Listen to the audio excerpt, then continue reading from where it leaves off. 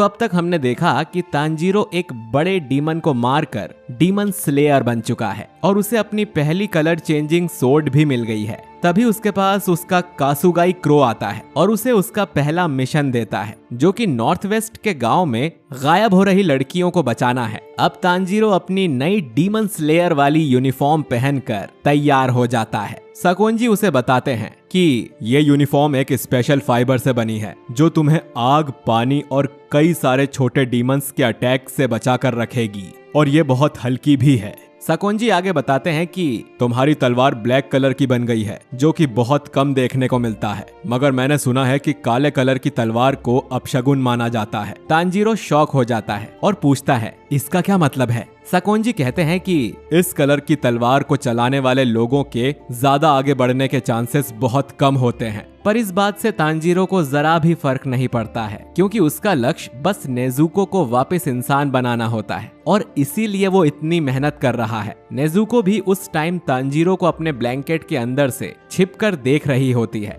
अब साकोंजी तांजीरो को एक बॉक्स देते हैं ताकि वो उसमें नेजुको को बैठाकर घूम सके। वो बताते हैं कि उसे उन्होंने बहुत हल्की लकड़ियों से बनाया है, तो तांजीरो को ये भारी नहीं लगेगा, और उसे उन्होंने एक मजबूत लोहे से जोड़ा है जिससे वो आसानी से टूटेगा भी नहीं। तांजीरो बॉक्स उठाता है और देखता है कि वो सच में बहुत ही हल्का है। फिर वो नेजुको के पास जाकर उसे बॉक्स में आ जाने को कहता है। पहले तो नेजुको उसमें जाने से घबराती है, पर जब तांजीरो उसका इंतजार करता है तो वो बॉक्स में आ जाती है और अगली सुबह दोनों अपने नॉर्थ वेस्ट के सफर पर निकल जाते हैं और साकोंजी भी उन्हें खुशी से अलविदा कह देता है। रास्ते में तांजीरो नेजुको से पूछता है कि तुम कैसी हो, पर उसे कोई जवाब नहीं मिलता, जिस पर उसे साकोंजी की कही बात याद आती है कि नेजुको इंसान खाने वाले डीमंस जैसी नहीं है, बल्कि वो सोकर खुद को रिकवर करने की कोशिश करती है। तांजीरो समझ जाता है कि नेजुको अभी भी सो रही है और वो आगे बढ़ने लगता है। कुछ टाइम बाद आखिरकार तांजीरो नॉर्थ वेस्ट के उस गांव में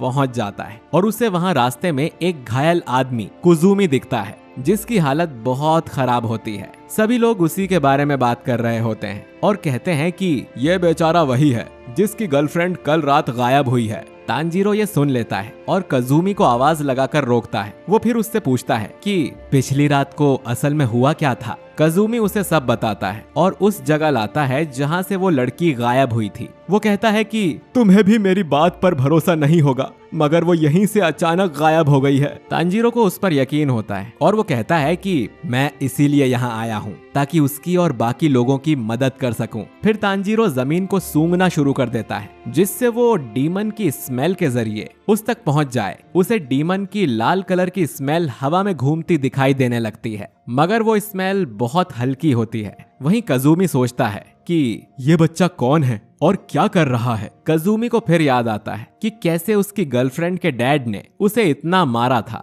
क्योंकि उसकी वजह से उनकी बेटी गायब हो गई थी। उसी की वजह से उसे अभी इतनी चोट लगी है। अब तांजीरो उस स्मेल का पीछा करते करते पूरे शहर में घूमने लग जाता है और कजुमी भी उसके साथ आता है। शहर के सभी लोग भी उन्हें ही देखते रहते हैं। ऐसा करते करते शाम हो जाती है और कजुमी कहता है कि वो डीमन खतरनाक है, पर तांजीरो बताता है कि मैं ये बात जानता हूँ और उसे रोकने ही यहाँ आया हूँ। कुछ ही टाइम में रात हो जाती है और कजुमी अब वापस लौट जाने को बोलता है, पर तांजीरो मना कर देता है और कहता है कि हमें डीमन को अभी ही ढूंढना पड़ेगा, क्योंकि वो रात के टाइम ही बाहर निकलता है। मैं डीमन को फील कर पा रहा हूँ और डीमन यहीं आसपास ही कहीं पर है। तांजीरो की ये बात सुनकर कजुमी को लगने लगता है कि ये शायद डीमन स्लेयर है, मगर वो उससे पूछने में घबराता है। तभी शहर के एक घर में एक मॉम अपनी बेटी से कहती है कि रात हो चुकी है, तो वो बिल्कुल भी घर से बाहर ना जाए। वो लड़की अपने कमरे में सोने के लिए जाने लगती है और हम देखते हैं कि एक काला साया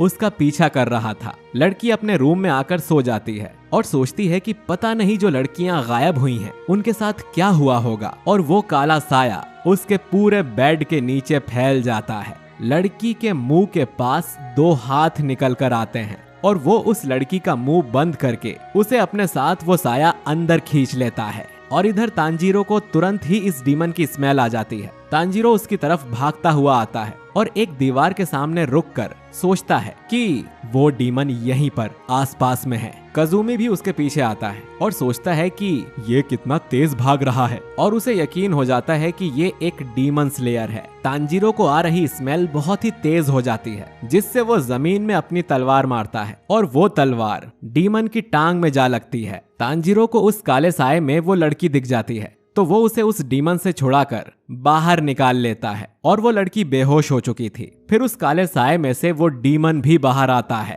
और तांजीरो को देखकर बहुत ही गुस्से से अपने दांत घीसने लगता है। तांजीरो की तलवार से उसे चोट लगी होती है, जो वापस ठीक हो जाती है और वो डीमन वापस जमीन में चला जाता है। कज़ूमी पूछता है कि ये क्या चीज है, जिस पर तांजीरो कज़ूमी से उस लड़की को पकड़ने को बोलता है और कहता है कि तुम दोनों मेरे पास ही रहना ताकि मैं तुम्हें बचा सकूं। फिर वो डीमन को ढूंढने आगे बढ़ने लगता है। वो सोचता है कि अगर ये डीमन हवा में से भी निकल कर आ जाए तो उसे अजीब नहीं लगेगा, और साफ पता चल रहा है कि ये डीमन ब्लड डीमन आर्ट का यूज कर रहा है। इसके बाद तांजीरो को फिर से डीमन की स्मेल आती है, लेकिन जमीन में से एक नहीं, दो नहीं, बल्कि तीन डीमंस अपने हाथ बाहर निकालकर तांजीरो को पकड़ने की कोशिश करने लगते हैं। तांजीरो घबराकर जंप करता है। फिर हमें एक फ्लैशबैक दिखाया जाता है, जिसमें सकोंजी ने तांजीरो को बताया था कि सिर्फ एक डीमन है जिसके ब्लड से कोई भी इंसान डीमन में बदल सकता है, बल्कि ये पहला इंसान है जो डीमन में बदला था और हजारों सालों से अब तक जिंदा है।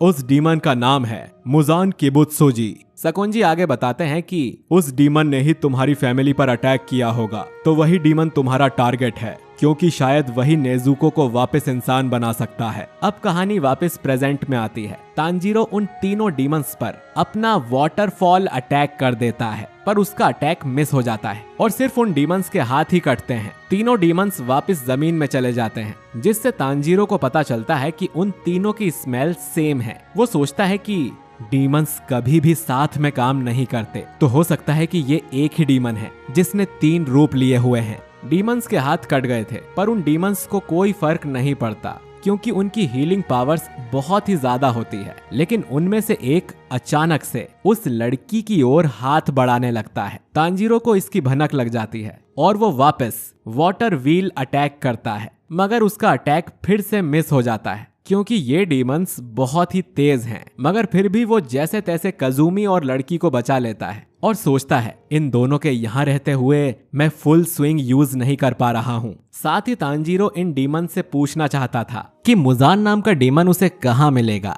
या वो नेजुको को वापस इंसान कैसे बना सकता है। तभी 3 में से एक डीमन निकलकर बाहर आता है और तांजीरो पर चिल्लाना शुरू कर देता है। वो कहता है कि तुम इस लड़की को यहीं छोड़कर चले जाओ, क्योंकि ये लड़की 16 साल की हो चुकी है और हर सेकंड बढ़ते बढ़ते इसका टेस्ट कम हो रहा है और जल्दी ही कुछ नहीं बचेगा।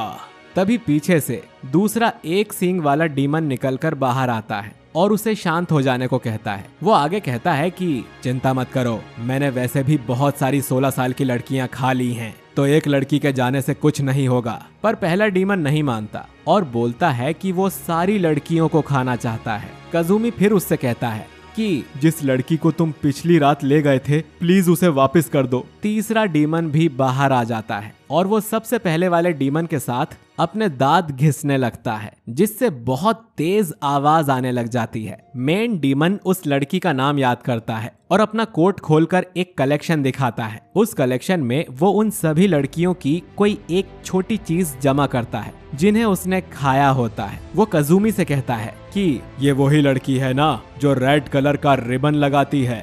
कज़ूमी देखता है कि डीमन के कोट पर उसकी गर्लफ्रेंड का रिबन है, मतलब उसने उसे खा लिया है। और कज़ूमी ये देखकर रोना शुरू कर देता है। डीमंस वापस जमीन में चले जाते हैं और दोबारा मिलकर तांजीरो पर अटैक करना शुरू कर देते हैं, और तांजीरो अब भी उन पर ठीक से हमला नहीं कर पाता है और बस बचने की कोशिश करता रहता है। एक डीमन फिर तांजीरो के बिल्कुल नजदीक आ ही गया होता है कि तभी अचानक नेजुको बाहर निकलकर उस डीमन पर एक किक मारती है। मेन डीमन ये देखकर शॉक हो जाता है कि नेजुको भी डीमन होते हुए तांजीरो यानी इंसानों का साथ दे रही है, और एक डीमन और एक इंसान साथ मिलकर कैसे काम कर सकते हैं। मगर उसकी समझ में कुछ नहीं आता, तो वो और बाकी डीमंस वापस जमीन में चले जाते हैं। नेजुको फिर पीछे मुड़कर कजुमी और उस लड़की को देखती है और उसे उन दोनों में अपनी फैमिली दिखाई देने लग जाती है, और नेजुको उन्हें प्यार भरी नजरों से देखने लग जाती है। और तांजीरो को सकोंजी की कही बात याद आती है।